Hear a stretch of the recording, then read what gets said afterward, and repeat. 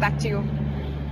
So no, thanks very much. That was a comprehensive look at day one of the odd-even scheme. Of course, today is an odd day, right? Sonal Mehrotra, appreciate all your inputs and insights and, on-ground reports of what's happening in the city of Delhi. And I know you were talking earlier today to Sohinder Gill, CEO of Hero Electric. He's with us in the studio now, so I'm going to sort of extend that conversation with you to him. Thank you, Mr. Gill, for joining us in the studio. Thank you. We understand Hero Electric is going to deploy 100 e-bikes. Now, first, what is an e-bike?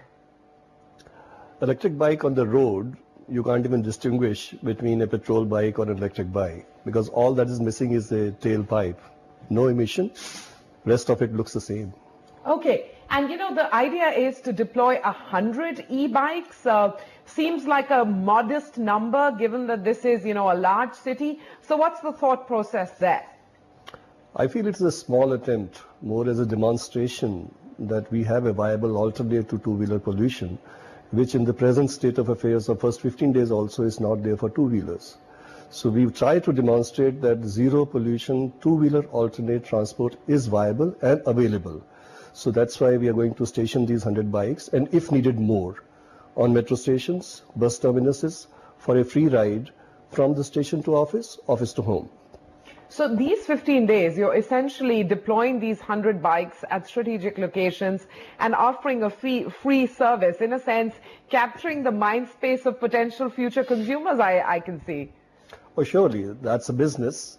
But more than that, this is a sure way of sensitizing Indian public, especially Delhi citizens, that here it is, a bike which looks the same, performs the same, go and buy it.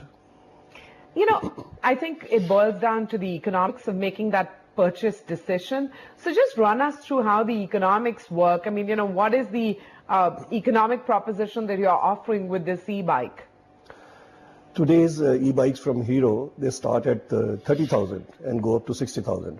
So they are amongst the same price as petrol bikes.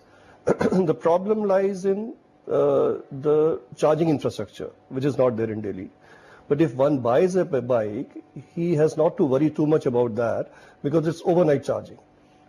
So today the bike is cheaper to buy and cheaper to maintain and zero polluting. Okay, so, overnight charging, and it takes you like how far? I mean, what's the capacity out there? So you've charged it overnight, say you've charged it for 10 hours. How many kilometers can you cover through the day? A typical e-bike would consume 1 unit or 1.5 units and run for 70 kilometers on one charge, which is enough for any two-wheeler user as of now. And what about, the battery? I mean, does that need to be replaced more often?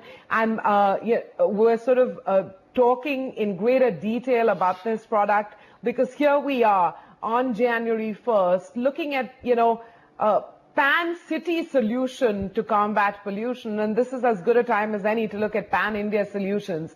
Let's talk about that battery. I mean, how long does that battery last? Does it need to be replaced pretty often?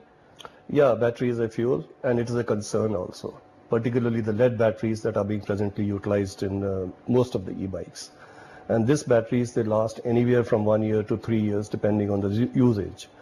The trouble is the lithium batteries, which are around 2.5 times costly, they attract VAT of 12.5%, which was recently imposed by Delhi government from 1st of April. So our request to the Delhi government has been to waive off the VAT on the high technology bikes at least, and on the bikes which are demonstrating lithium batteries and better technologies. Okay, you've been in the market for a while with this product.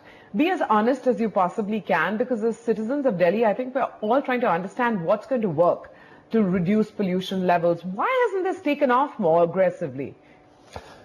Today, and I think it is true for many countries also, the buying decision of a transport solution is not with respect to the pollution being less or more at an individual level. So if somebody walks into my showroom, he looks for the bike at the price tag and the maintenance and the service and not really the pollution reduction because of that. So unless we get all the people sensitized towards it and people start taking note of the advantages of electric bikes which are otherwise offered, which is comfortable, convenient and less running cost And that will happen only if after 1 million of the bikes are on the road. Okay. You have to expand that thought. You're saying that, you need, 1 million bikes on the road to really understand the impact of that. What do you mean? See, this is an early adopter type of an idea. Any technology, it is difficult for the new buyers to adopt unless they see the others. Yeah. So the positive word of mouth will come only when there is enough mass of vehicles on the road. Today there are 65,000 electric scooters on the daily roads. That's not enough for the positive word of mouth. Now, if somehow we are able to catalyze the mass conversion or major conversion with other things like charging infrastructure, incentives, and reach that level magic figure of around 1 million bikes on the road, electric bikes, it will take off exponentially. Okay.